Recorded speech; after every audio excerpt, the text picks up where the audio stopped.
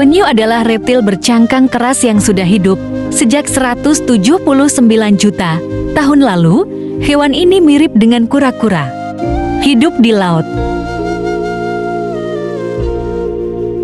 Perbedaan penyu dan kura-kura hanya terletak pada kakinya. Kaki penyu dan kura-kura berbeda karena mereka berbeda habitatnya. Kura-kura hidup di darat, sedangkan penyu hidup di laut. Penyu ada 7 jenis, yakni penyu tempayan, penyu hijau, penyu belimbing, penyu sisik, penyu lekang, penyu pipih, dan penyu cempes ridley. Semua penyu bisa ditemukan di perairan Indonesia, kecuali penyu cempes ridley.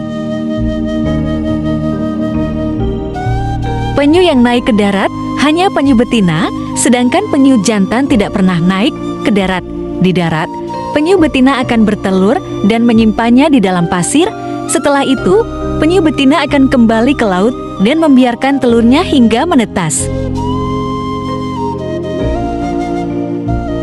Dari semua telur itu, hanya beberapa saja yang akan menetas. Kenapa? Karena selama berada di dalam pasir, telur-telur itu sudah terancam oleh manusia, biawak, dan reptil lainnya.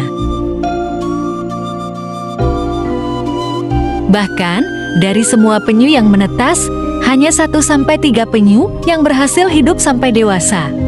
Kasihan, ya? Tetapi jangan khawatir, karena ada beberapa cara untuk melindungi penyu-penyu tersebut. Bagaimana caranya? Tidak membangun hotel di pantai. Kenapa? Karena jika kita membangun hotel di pantai, penyu akan kehilangan tempat bertelurnya. Tidak mengonsumsi makanan atau memakai aksesoris berbahan dasar penyu. Kenapa? Jika kita mengonsumsi makanan atau memakai aksesori berbahan dasar penyu, maka perburuan penyu akan semakin banyak. Tidak membuang sampah plastik ke laut. Kenapa? Karena penyu tidak bisa membedakan plastik dan ubur-ubur. Jika plastik tersebut dimakan penyu, maka kesehatan penyu itu akan terancam. Itulah beberapa cara yang bisa kita lakukan untuk membantu melindungi penyu-penyu di lautan. Penyu pada umumnya melakukan migrasi dengan jarak 3.000 km yang dapat ditempuh selama 58 sampai 73 hari. Hewan ini melakukan migrasi jauh dari lokasi peneluran dan tempat mencari makan, yaitu di perairan yang ditumbuhi makanan atau alga laut. Predator alami bagi penyu di daratan misalnya adalah kepiting pantai, burung, dan tikus. Sedangkan di laut predator utamanya adalah ikan-ikan besar yang ada di perairan pantai. Penyu termasuk hewan yang dilindungi karena saat ini populasinya sangat sedikit dan sudah mulai terancam punah.